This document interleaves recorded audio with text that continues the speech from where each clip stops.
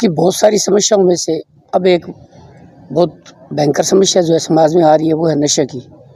नशे में शराब, अफीम, पोस्त वगैरह तो पहले चल ही रहा था, लेकिन अब 5-7 सालों से सिंथेटिक ड्रग्स जो है वो आ रही है, दवाइयाँ जिनमें जो केमिकल साल्ट है उनको बना के, और ये दवाइयाँ इतनी ख़तरनाक है कि 3 से 4 साल के अंदर अंदर जो बच्चे ले रहे हैं उनकी डेथ हो जाती है। और इससे ज़्यादा खतरनाक बात ये है कि 1 या 2 बार लेते ही बच्चा आदी हो जाता है।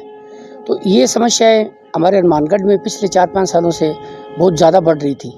तो इसको एक चूँकि आम समस्या हो गई है, ये जो नशे की गोलियां हैं वो हमारे यहाँ मूल रूप से हिमाचल, दिल्ली और पंजाब से आ रही है, और इस कदर ये मतलब फैल गई है कि हर मोहल्ले में, हर गांव में इनके विक्रेता पहुंच गए हैं। अब ये समस्या आम समस्या हो गई, जो सिर्फ कानून बनाने से जो इस पर प्रतिबंध लगने वाला नहीं है और न ही कोई व्यवस्था इसका प्रतिबंध कर सकती। इसलिए हमने मंच की तरफ से इस पर चिंता व्यक्त करते हुए ये तय किया कि हर गांव, हर शहर, हर मोहल्ले में जाकर प्रचार प्रसार किया जाए, लोगों को जागृत किया जाए कि युवाओं को नशे से बचाओ। और इसके लिए हमने स्वामी विवेकानंद जी की जयंती पर, क्योंकि युवाओं के अगर कोई सबसे बढ़िया जो आइकॉन है तो स्वामी विवेकानंद जी है, जिनके जन्म तिथि पे पैदल यात्रा का कार्यक्रम बनाया है। और कार्यक्रम के बारे में हमारे नागरिक सुरक्षा मंच के सचिव है आशीष जी, ये आपको बताएंगे। तो यहाँ आए हुए सभी पत्रकार बंधुओं का बहुत बहुत धन्यवाद नागरिक सुरक्षा मंच की तरफ से। जैसा कि हमारे नागरिक सुरक्षा मंच के अध्यक्ष एडवोकेट शंकर सोनी जी ने आप सबको बताया कि किस तरीके से नशा एक जहर बनकर हमारे शहर के अंदर युवाओं की नसों में दौड़ रहा है, और इसके लिए सीधा सीधा हम सभी समाज के लोग भी जिम्मेदार हैं, जहाँ तक मुझे ऐसा लगता है। तो समाज के लोगों को इस बुराई के प्रति जागरूक करने के लिए क्या किया जा सकता था, तो मैंने ये सोचा कि क्यों ना हनुमानगढ़ की सभी संस्थाओं को एक मंच पर लाकर इस बुराई के खिलाफ मजबूती से लड़ा जाए, क्योंकि सभी अपने अपने लेवल पे प्रयास कर रहे हैं, सभी मीडिया घराने अपने लेवल पे प्रयास कर रहे हैं, सभी अखबार अपने लेवल पे प्रयास कर रहे हैं, लेकिन क्यों ना सभी मिलकर एक साथ बुराई के खिलाफ ताकत लगाएं, शायद कोई अच्छा परिणाम आ जाए।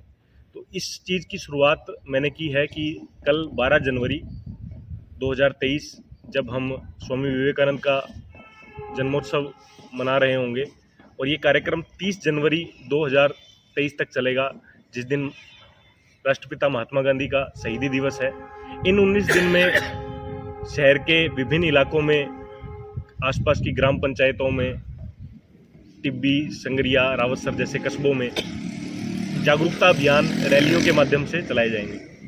लेकिन फिर मैंने ये प्रण किया कि इन 19 दिनों में क्यों ना मैं खुद पैदल निकलूं, और पैदल निकलने के साथ साथ भी एक तपस्या मान लीजिए, या लोगों को जोड़ने का एक तरीका मान लीजिए कि मैं नंगे पैर रहूं। तो रोज़ करीबन 10 किलोमीटर यात्रा मैं निजी रूप से नंगे पैर करूंगा। मेरे साथ चलने वाले लोग जूते चप्पल पहन सकते हैं, और वो लोग भी नंगे पैर चलना चाहे तो उनकी श्रद्धा का विषय रहेगा। और 2 किलोमीटर रोज़ शहर के अंदर चलेंगे, और 8 किलोमीटर किसी आसपास की पंचायत में चलेंगे, वहाँ तक साधन से जाएंगे, और उसके बाद वहाँ के युवाओं को लेकर उस पंचायत में भी एक जागरूकता रैली चलेगी। तो रोज़ करीबन 10 किलोमीटर पैदल यात्रा रहेगी, और इसका हमने एक पोस्टर भी बनाया है, से हमने इसको नाम दिया है कि नशा मुक्त हनुमानगढ़ एक अभियान हो, और सब लोग इसके नीचे आए।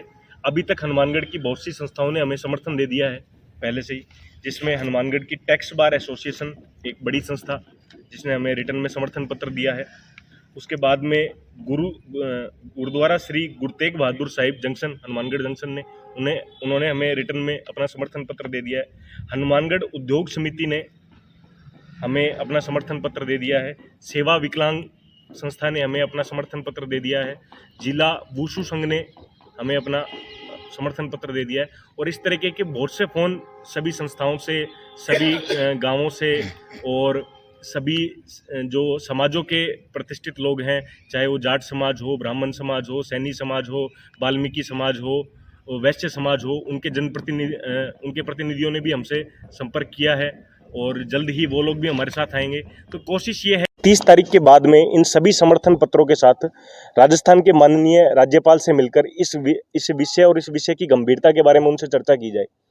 इसमें हमारी मांग ये रहेगी कि आपने देखा होगा कि हमारे आसपास नशा मुक्ति केंद्र बने हुए हैं, लेकिन उनकी फीस बहुत ज़्यादा है। 30,000, 35,000, 40,000 तक महीने का उनका खर्चा हो जाता है। तो मुझे ये लगा कि किसी गरीब का बच्चा अगर किसी वजह से इस समस्या में पड़ गया या इस चीज़ का आदी हो गया, तो उसे वापस निकलने का उसके पास कोई साधन ही नहीं है, वो कैसे निकले। तो सरकार को चाहिए कि सरकारी नशा मुक्ति केंद्र हो, या फिर जिस तरीके से हॉस्पिटलों में आप मरीजों को चिरंजीवी योजना के तहत आप उनका खर्च उठा रहे हैं, उस तरीके से जो नशे से पीड़ित लोग हैं उनका भी आप इलाज मुफ्त कराने की तरफ जाइए, ताकि क्योंकि जैसे जैसे लोग नशे में बढ़ेंगे वैसे वैसे क्राइम की घटनाएं भी बढ़ेगी। ठीक है, और चोरी डकैती एक तरफ जहाँ बेरोजगारी अपने चरम पर है, ठीक है, और उस समय लोग अगर नशे के आदी हो गए तो बाद में क्राइम के अलावा उनके पास कोई रास्ता नहीं बचता, क्योंकि नशे की डोज उनको चाहिए। तो इस तरीके से सामाजिक जागरूक सभी संस्थाएं भी साथ में आए, सरकार की भी मदद करें। जिला प्रशासन ने 2 नंबर जारी किए थे मनसा स्कीम के तहत, जो संभाग स्तर पे थे और जिला स्तर पे थे, उसके भी हमने पैम्पलेट छपाए हैं। वो नंबर होगा, वो गांव हम वो पैम्पलेट भी बंटवाएंगे, ताकि हर गांव में जागरूक लोगों के पास वो पैम्पलेट पहुंचे और वो इस तरह की अगर कोई सूचना हो तो प्रशासन को दे पाए। प्रशासन का हम प्रशासन का सहयोग कर रहे हैं और प्रशासन भी इस मुहिम में हमारा सहयोग करेगा, हम ऐसी कामना करते हैं। दूसरी बात, जो लोग नशा बेच रहे हैं या जो लोग नशा कर रहे हैं, वो लोग खुशी से ऐसा नहीं कर रहे हैं, मुझे ऐसा लगता है उसके पीछे भी कुछ ना कुछ सामाजिक कारण रहे होंगे। तो क्यों ना समाज के लोग पंचायत करके उन लोगों को भी वापस मुख्य धारा में लाने का प्रयास करें। इस तरह की कुछ कमेटियां बने जो उन लोगों से बात करे, या फिर अगर कोई बेरोजगार है वो इस लत में है तो उसको प्रॉपर उसकी पढ़ाई के हिसाब से कोई रोजगार उपलब्ध करवाया जाए। हनुमानगढ़ में बहुत से व्यापारी, बहुत से औद्योगिक घराने ऐसे हैं जिनके यहाँ पे बहुत लेबर काम करती है। तो जिस बच्चे में जैसा टैलेंट है उसको उस तरीके से रोजगार दिया जाए, ताकि वो लोग वहाँ से निकलकर मुख्य धारा में आए और इस बुराई को छोड़ दें।